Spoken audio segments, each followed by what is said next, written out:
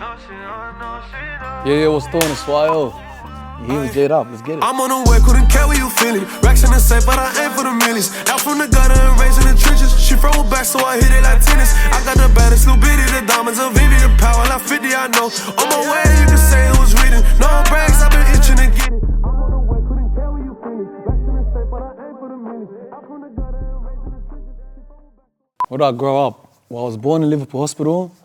I spent my early years in Miller, Cartwright, Ashcroft, and then we made the move to Cabra, and then I was pretty much there for all my teenage years, and then after that it was everywhere, bro. My first passion, I guess, hobby, if you will, would be footy, yeah, for sure, bro. It's big in my family, big in the community, big with the Islanders and all that. So yeah, if I wasn't, it's pretty much footy, bro. if you're doing anything, it's 100% footy. It wasn't really music. Unless you're in the churches like that. A lot of the schools around us, I guess, you see familiar faces, like some kids that we played against and whatnot. They're striving in their careers and all that. So, yeah, I can't really say names, but there's definitely some kids at my school, and if not the schools around us, that are doing good and striving in footy. Yeah, for sure. Shit. Look at that, bro. Yeah, damn. Look at this place, bro. It's been a minute. Feels like home. Fucking hell. Something like that, eh? Doesn't matter what all too familiar. Doesn't matter what part of the West. It's West. just the West, eh? All feels the 100, same. bro. We spent our Pee Wee years, junior years and that.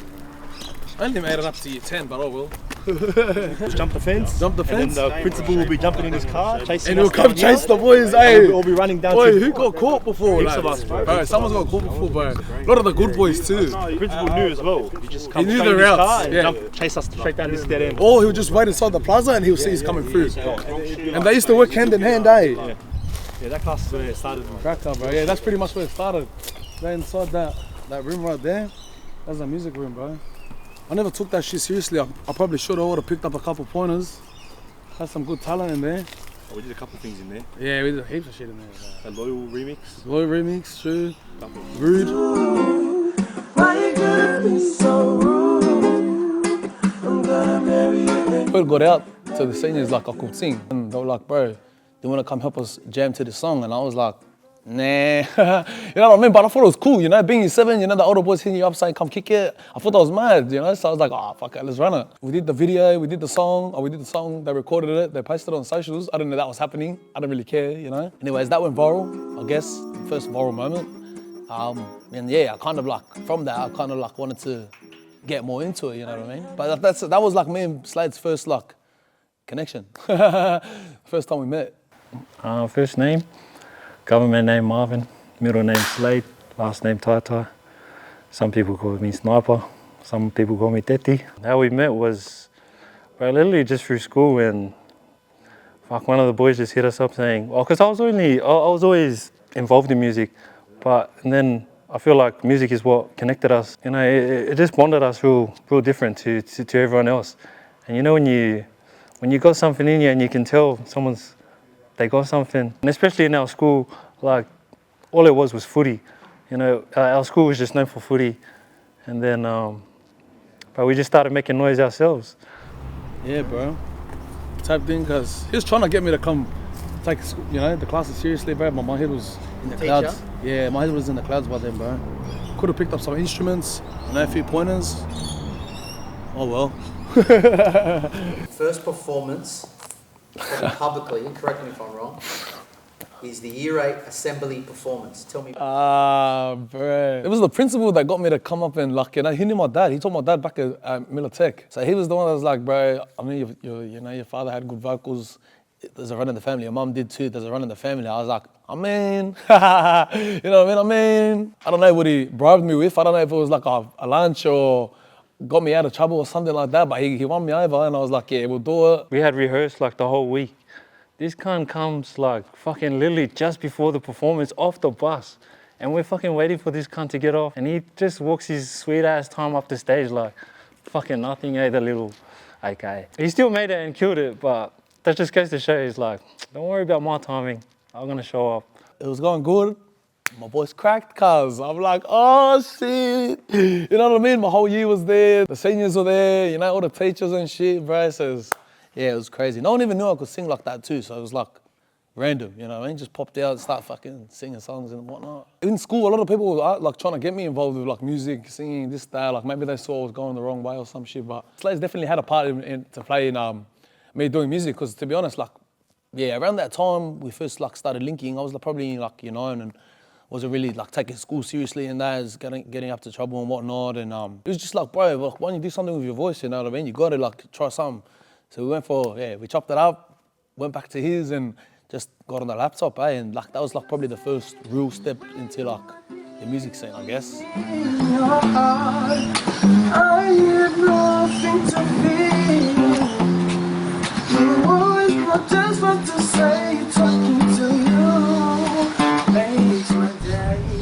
Bro, there's so many cop chases I pulled on this road, it's not even funny. And like, you know, it's funny, they try and pin me for it, but they got no proof. Like they say something like, oh, we got your fingerprints on the back of a car, but it's like, yeah, all right, what about inside the car? Oh, no, we don't. And I was like, well, then fuck, what do you stand on? And back then, bro, I had to, like, I'm not representing myself, but I'll talk to like a legal aid, you know, and they're useless cunts, bro.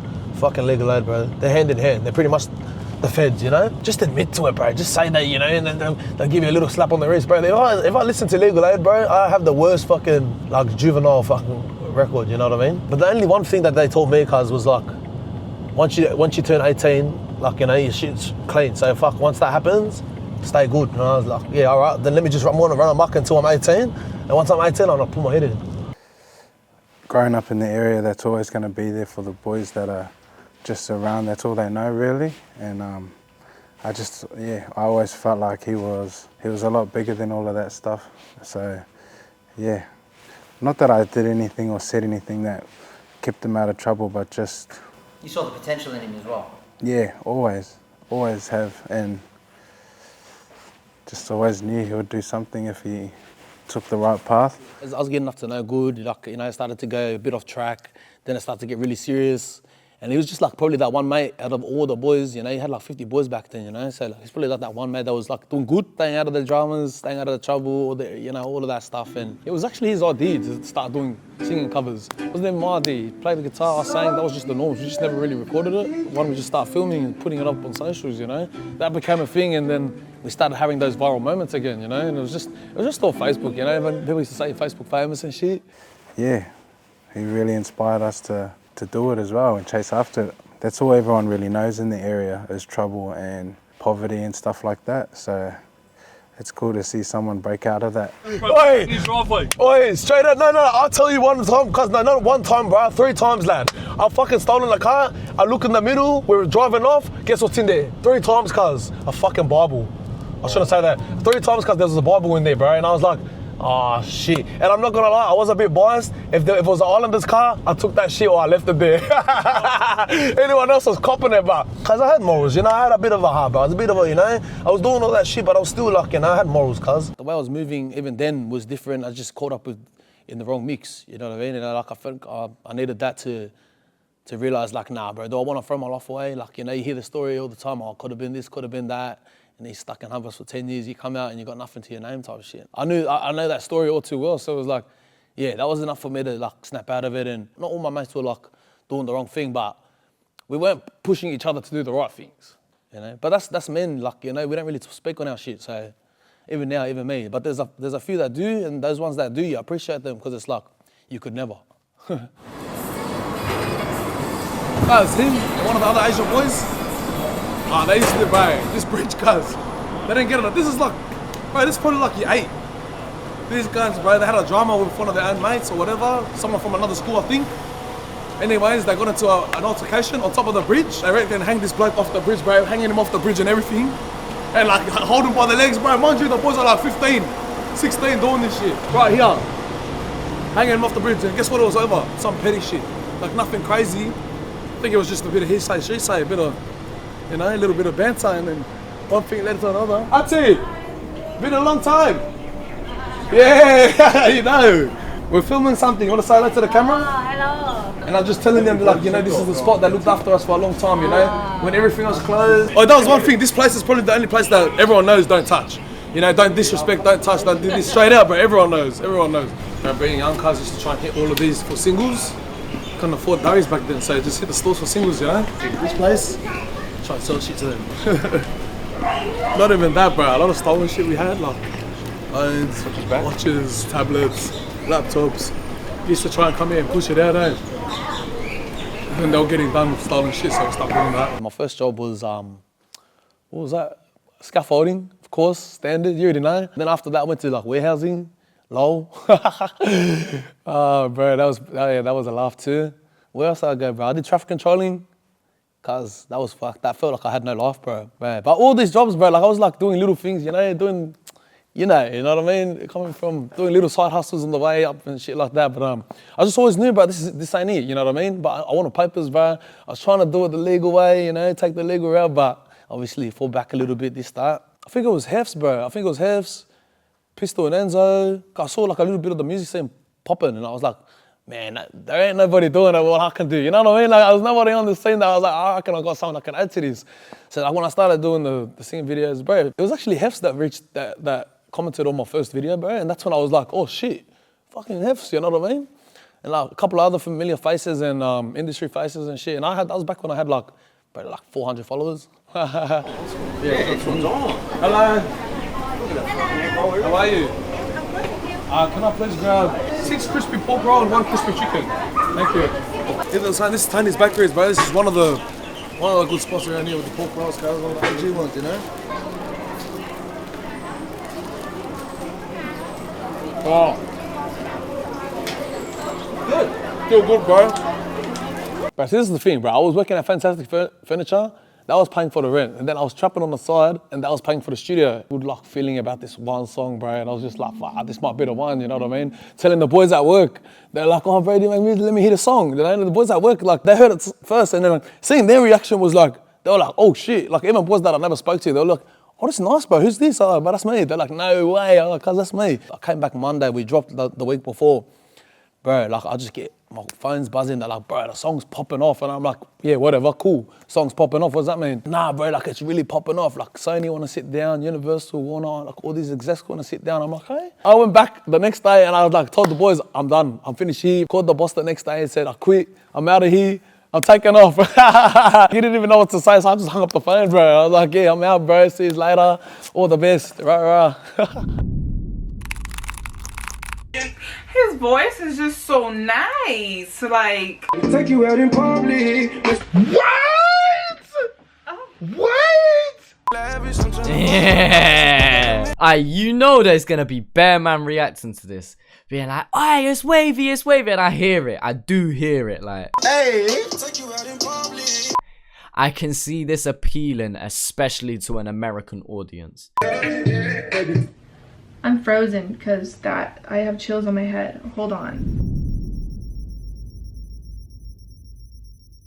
Yeah, I was in high school, bro. I was in my school uniform. I was here playing ball, and I was like, "Is that Lipz lad? Is he filming something?" I just see him like walking with a hot ass chick, lad. He's like doing these ones. I'm like, bro, what's this bloke doing, lad? Next minute, blow up, lad. Blow up. That was 6, lad. I remember where I was when he first made that track and put that out. I was actually at work, and fuck, when that shit went off, fuck, it went off. You can't help but just be proud of the bloke, you know. You know, through all the shit he's gone through, like since he's been young, you know, like people just see the glitz and glamour, you know. They don't know the real struggle and the shit he's gone through, and to still be here talking to you and telling you about this shit, it's a blessing. First stage performance. I think I was opening up for HHP Boys. They just popped off. I forgot what song was it. Was it Engineer? I don't know. It was one of their big songs, but I was fresh into the scene. So like, you know, me doing that when they were popping off was pretty big. It was just cool as, because HP Boys had already started really doing their thing, but that was just the beginning for him, and we knew it was too. But it was really cool, eh? I had to go blind, like I was blind. Like I had to, bro. And like, funny enough, I knew Kayla was pulling up as well. So I was like already nervous as shit. She's messaging me like, I'm like, fuck. But mind you, bro, there ain't no 10s like that, cuz, you know? Like, there ain't no 10s like that in the area, cuz. So there was a lot of, the attention, bro, the spotlight, all that. It didn't really get to me, but I just didn't know how to take it. So to do with it, I was just getting smashed. Like, just ignoring it, you know what I mean? Getting blindsided, I didn't have to think about it too much.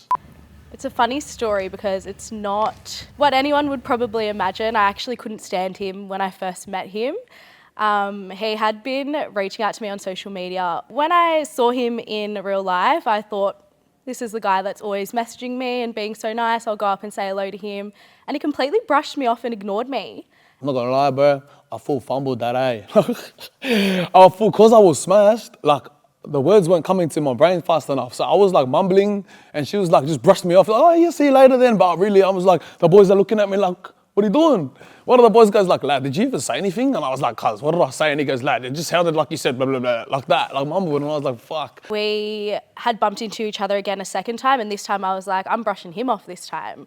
He's not gonna get me to come up to him again. And he actually came up to me and he was really warm and welcoming and really nice. And then I asked him, I was like, why were you so rude the first time I said hello to you? And he was like, I'll be honest, I was really nervous. I was really shy. We just started talking from there and hanging out. Yeah, the rest is history. We're kind of magnetic after that. Yeah, after that show, bro, like, we opened up for Tiger and that was pretty crazy too. That was surreal. Like, how do you go from fucking working at Fantastic Furniture to a month later opening up for Tiger? That's how it happened, bro. That's what I was like, yeah, it was a big spin out, bro. That again, bro, I had a JD, I jumped out the sprinter with a JD bottle, sculled the whole thing, bro. I was surprised the crowd knew the lyric. That was the most surreal thing. Like, this song just came out, bro, and there's like 20, I don't know if there's 20, like 10,000 people there or some shit. And then the lyrics say, like, they're full bopping their heads and everything. I was like, damn, this is mad. Like, you know, so that was like another stage where I was just like, shit, this shit's getting real, bro. It's getting intense, you know?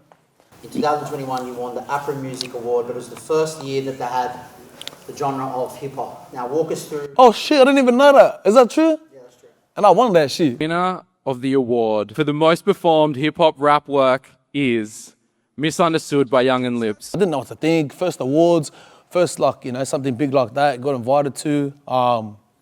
Yeah, I think that was my first like industry event. First time wearing a suit that wasn't for court or for a funeral. So that was cool. You feel like almost like you don't belong in those places, you know? Because I walked on that thing like, you know, walking the way I walk and they were looking at me like, who's this guy? Shout out Apro, bro. They made us feel like, you know, we deserve to be there and whatnot. Now, what'd you do with the award? I heard a story that... Oh, bro. Award might have gone missing. Did you talk to Caleb about that? I think a moment that big for someone that's come from where he's come from eventually kind of hit him through a different lens. I feel like there was so much emotions going through that night, like, because a lot was going on, you know what I mean? Like, yeah, there was all that highs and shit, but a lot was going on at home personally and all that. So, yeah, that kind of hit me when I got a bit smashed, you know what I mean? I was like, yeah, a bit fucked off and everything. Probably didn't want to accept what was going on. You know, thought it was like too good to be true type shit, and I just got a bit carried away. But yeah, I don't even know where that trophy is. And yeah, he did try to throw it away, and I feel like I've always just been a voice of reason for him. Don't let outside world things get in the way of your success. Don't let any of that kind of stop you from the path you're on. And yeah, I went back and I got it for him out of the council pickup, and I put it back where it was, and he's had it ever since. And I just feel like sometimes he just kind of needs to shake off the source and what's going on and kind of just keep himself grounded. And I feel like he thought that a moment like that wasn't authentic to him, but it most definitely is. He deserves it and he worked really hard for it. Yeah, she found it. Did she say she found it? She found it. Yeah, because I don't know, bro. Even my plaques, bro, no good. You know what I mean? Like, you don't want to settle for, or not, like, you don't want to accept these achievements or take it on like that. Like, you just want to pivot and keep going. Like, you know what I mean? Like, you don't want to sit down and dwell in it. It's just like, all right, cool, that's mad, let's keep going type shit, you know? Is it why you feel like that way? But I feel like I do, but I just don't know how to answer that. You know what I mean, bro? Like, it's like a more inner feeling. Like, even now, bro, like when shit happens, I'm just like, you know what I mean? Like, even this, bro, this is massive for me, you know? Like, despite how you think, like, bro, this is massive, bro, I know. But like in my head, I'm just like, all right, cool, go, you know what I mean? I feel like as men, like me, especially, like, I don't know, like, I've never been too good with taking, not compliments, bro, like, whatever that is, taking that achievement and success on the chin and just being happy with it and just like, fuck, this is mad, you know? It's always been like, oh, okay, move on. Like, I don't know what it is, bro. 2021, you know, won that award, dropped my first album as well. That went crazy. And then, like, yeah, let that sit for a little bit. And then the next year, then me and Kayla had our first son. That was surreal. You know, that was life-changing too. Like, Yeah, there was like a lot happened in that space, you know, within that time. But yeah, that was definitely life changing, real humbling, real grounding. I was really young. I just turned 22, I think, and I was pregnant with Odyssey. He, well, actually wasn't home at the time that I found out I was pregnant, and I wasted not even a millisecond. I texted him saying, "Get your ass home now. I'm pregnant." I didn't even wait for him to get home to say I'm pregnant. I was like, "I'm pregnant, get your ass home, I'm panicking." Oh yeah, bro, I was at the studio or some shit, I was driving or something, and I thought like, oh no. Yeah, bro, she must just say, oh, you get your ass home, bro, and then like, just didn't know how to take it. Obviously, we're over the moon. It's just like, wow, like, you know, jumping from that life to parenthood, you know, this is a big switch up. You know what I mean? Popping bottles to changing nappies, cuz, I'll tell you that. That's the real shit, man. But yeah, we just like over time we just learned to adapt with it. That was a big learning curve, you know. That first year was hectic for us, but yeah, it only got easier and it made it even more easier for us for when we had our second. On the highs of 2020, 21, even 22, like fuck, why would I stop? You know what I mean? As any business or industry goes, there's always conflict. There's always, you know what I mean? There's always something going on in the background, and you know, it just put me on a bit of a slope, you know. And I couldn't really release, I couldn't do nothing really. And I was just like, fuck it, babe, let's go Hawaii. You know what I mean? Fuck this shit. It was honestly so needed at the time. He had a lot going on. A lot was kind of piling up. He was so excited about the in-flight meal. Like, we were on the flight heading over to Hawaii and he was so excited about the in-flight meal. He was like, we get free food. That was my first time leaving the country. Like, word. Like, and we went straight to the fucking, we went straight to the A-list places, you know what I mean? I was like, fucking, I want to do something. It's got to be something hectic, you know? And like, I didn't know there was Wi-Fi on a plane. I didn't know you get free food on the plane, you know what I mean? But you can't say no to free food. And the food was booge. It was like a butter chicken and rice, and he could not believe his luck. When we were flying over, I was like, I don't know, it was like a breath of fresh air, eh? It's like, cleared my mind a little bit, bro. Just seeing the blue fucking ocean, bro. Seeing the volcano. Where I come from, bro, like that shit seems like unreachable. You know what I mean? Almost like fake. Like that doesn't even exist. It's just something you see on the TV. So to be there in person, bro, was hectic, you know? And like, maybe at that time too, I kind of accepted like, all right, you done that. Like, you know, you got yourself here, but that's pretty cool. There's a lot of things in life where I feel like the everyday person would have experienced it, but he hasn't. So yeah, a lot of things, we've done a lot of first times for him together, and Hawaii was one of those, and he definitely deserved to have that break and kind of experience that as well. Bro, there's one thing about this place, cause like no matter what I've seen, the nice places, nice foods, bro, you know, flash cars, whatever, cause different countries, this will always be home, you know? And always be proud of it too. Yeah, we're still in Aid, now we put up to Miller. So I grew up, bro. So a lot of the family are from, and I spent a lot of my youth here. Yeah, bro, it's the trenches. Come on. No, it just goes blank a bit, eh? Yeah, it does get childhood cars. Yeah. Not many things you want to remember. You know what I mean? All stuff I can't forget about, but yeah, man. I saw a lot of things when you're younger, when you come out, you know, you're born out, hit these ways, when you're raised out here. You see a lot of things when you're younger, cause you shouldn't be seeing, you know? And like, don't get me wrong, I love this place cause this is home, bro, but fuck me. It's pretty traumatic, cuz. 2024 was the biggest like drag, straight out. It just felt like couldn't do nothing, you know what I mean? It was, our conversations were kind of going nowhere. And I had all this music, bro, like I put in work, you know? I had like, I probably spent like $20,000, $30,000 just in the studio, you know? And I couldn't recoup none of that because I wasn't really doing shows. I wasn't really dropping music. I don't know, bro. I felt like that's the first time I knew what like depression was. You know what I mean? Like, let's be real, like straight out. Like after doing all that, bro, seeing the highs and getting to experience all these good, big things, bro, and then all of a sudden you just, you know what I mean? You kind of get shut out from what's been working for you all this time. It's a bit hectic, bro. But like, you know, luckily I had like a lot of family friends, especially Kayla and my little one, parents and all that. You know, just root for me, say, you know, stick it out, you know, God's got a plan. And here we are. Heaps of luck, you know. Fuck, what's going on next door, neighbours always having coppers, you know. This person's shit got ran through, this one got stabbed up. All of that type of shit. Know what I mean? Norms, bro. Big norms. Huh? Another day in the office. My fondest memories are at my nana's house, you know. And we're all posted up there as kids. That's where my childhood thoughts was, bro. Most of that. You just heard sirens 24/7. Like back in 2024, bro, still everything was in the air. Then 2025 here, bro, and it looked like I was getting out of my contract, you know? And like, I had my second son, bro, and it's just like another, like, you know, I felt like I recharged, like, I had a new, you know, restart, bro, you know what I mean? Back at it, like, you know, when you die in a game, bro, and you restart, that's how it felt like, you know what I mean? What's it called? Spawn, bro. I felt like I respawned. Just in between that time, bro, I've just been locking in on myself, bro, just mapping out how I'm gonna do this, bro, you know, especially going independently, you know what I mean? Like, everything, you gotta do yourself. What are we saying? Yo. Oh, bro, fashionably early. Fashionably late. Like normal. Same old fella. Big man. What's up, baby? What's up, baby? Let's get it. They don't really understand. Yeah, play the hook again. We'll run the hook and then we'll probably start that out too. Cause it started when we were younger, you and I. And I hold you close, so now we got soul ties. And I hold you close, so now we got soul ties. Then I don't go, run it back. Run it back. Play with a boy, I'll keep you stuck by me. Cause it started when we were younger, you and I.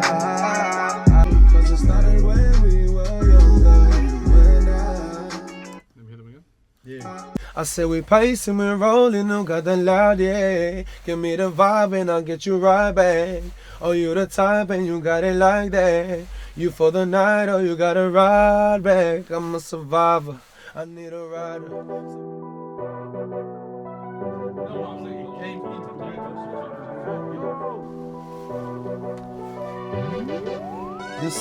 Going independent from there, fully independent, once I finally got out of everything was a bit surreal, you know? It was more exciting than scary, you know what I mean? Like finally, like I felt like I was in chains, bro, and I finally broke out that shit. Yeah, even fed about getting out, bro. Like we had that track back in like 2023, you know, and then he got pinched. I don't know how, bro, but the song got leaked. Like I don't even have that song anymore. We dropped SYD, that shit popped. Nights Like This, we got 2 shots, we got Catered to You. And now I'm dropping a whole ass EP, bro, and following up from that, we'll do a tour. We'll do a national tour for sure. And we're doing that all independently, mind you, bro. Like, so we're organizing the recording, the production, the music video, the BTS, the outreaches, you know what I mean, distribution. Like, we got shit that we haven't even dropped. All the shit that I made this year, I haven't even dropped yet. Like, all the shit that I made last year, I haven't even dropped yet. So, like, we've been working, you know, we've been at it, we've been mapping out, and like, yeah, just the experience with it all, bro, it's just, it feels good, you know, it feels good to be back. Everything he's done up until now has just been him organising absolutely everything, doing everything on his own. You know, for someone that didn't finish school, didn't really have a proper education, didn't get like the best chance at life to be now doing stuff that people spend years studying, doing stuff that people have years of knowledge in certain industries to be able to communicate these things. He does so well. I just know that if I was in his position, I probably would have given up by now. In his life specifically, this is nothing compared to other times when he's had to be resilient or get back up on his feet and just get shit done, and he does it well. If older me was talking to younger me, I'll say something like, I'll just keep it short and sweet. Hey, I'll just be like, bro, just enjoy the journey, keep at it, enjoy the ride, don't give up. You know what I mean? You're nearly there.